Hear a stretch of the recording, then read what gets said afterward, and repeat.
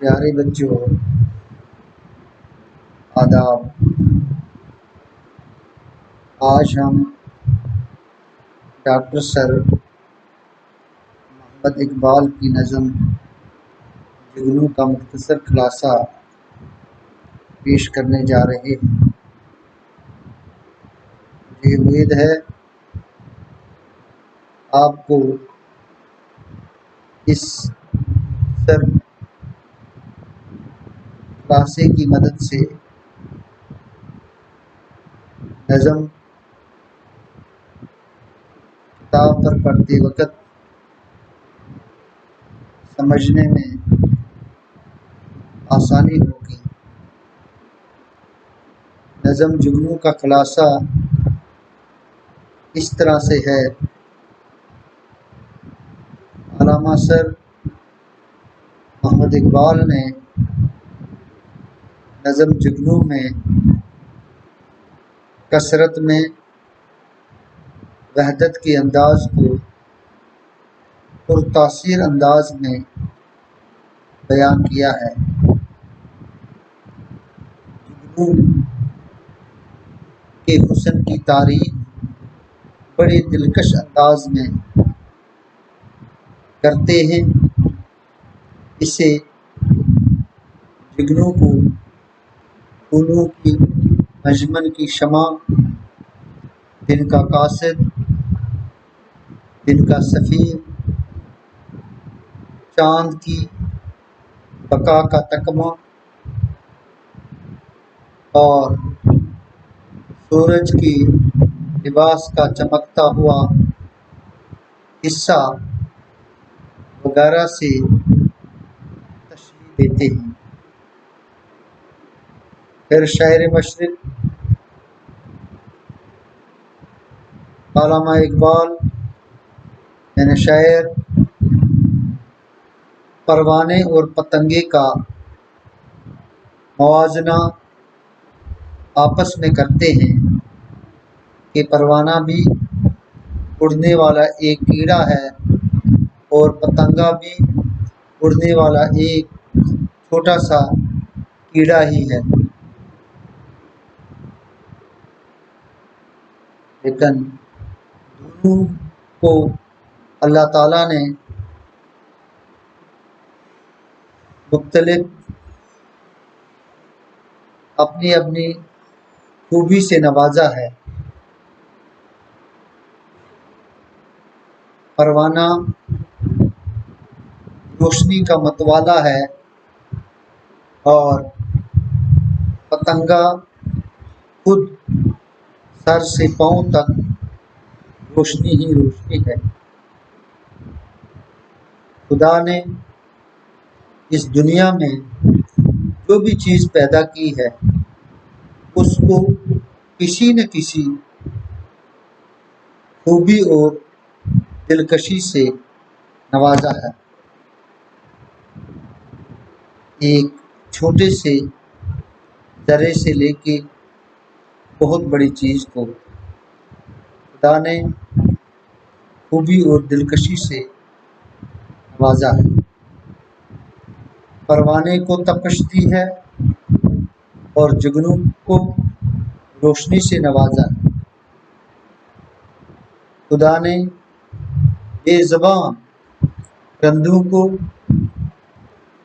میٹھی میٹھی آوازیں دی ہیں اور پھولوں کو زبان دے کر بھی خاموشی کی تعلیم دی۔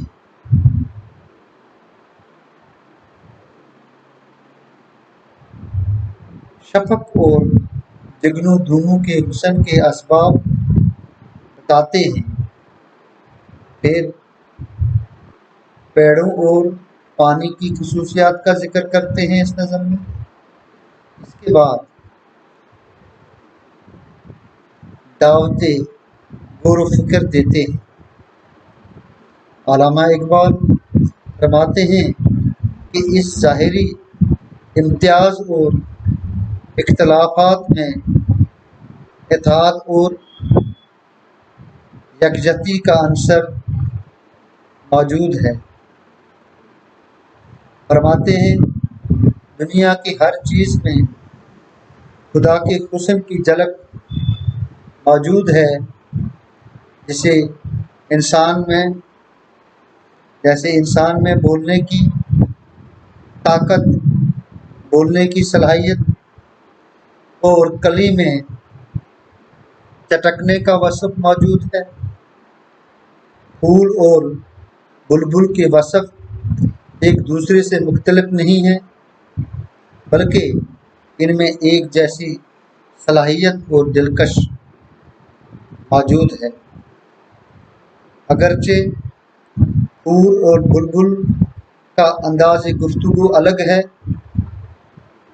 جس سے انسان انہیں ایک دوسرے سے مختلف سمجھتا ہے، لیکن دراصل پھول کی خوشبو، اس کا چہکنا ہے اور بلبل کا گانا اس کی خوشبو کے مترادف ہے۔ یعنی پھول اور بلبل کی خوبیاں اور صلاحیتیں الگ الگ نہیں ہیں، یہ ہمیں الگ الگ محسوس ہوتی ہیں، لیکن اصل میں ان دونوں میں ایک جیسی اور یکساں صلاحیتیں موجود ہیں۔ دوسرے لفظوں میں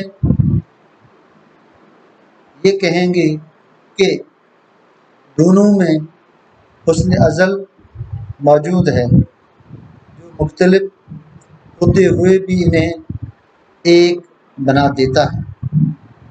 اگر دنیا کی تمام چیزوں میں خدا کے حسن کی جھلک موجود ہے، تو پھر وہ ایک دوسرے سے مختلف کیوں کر ہو سکتی ہیں؟ وہ تو مختلف ہو کر بھی ایک ہی ہیں، کیونکہ ان میں خدا کے حسن کی جھلک موجود ہے۔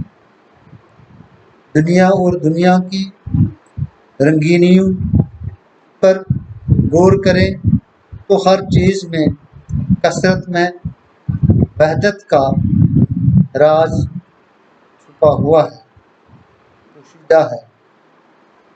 جگنو کی چمک اور پھول کی مہک دراصل ایک چیز ہے۔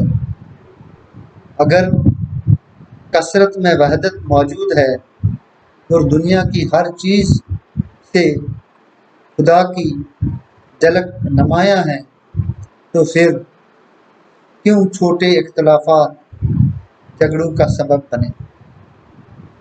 علامہ اقبال کثرت میں وحدت کے راز پر پردہ اٹھاتے ہوئے بنی نوع انسان کو اتحاد، یکجہتی اور امن کا پیغام دیتے ہیں، اور ساتھ ساتھ دعوت غور و فکر بھی دیتے ہیں۔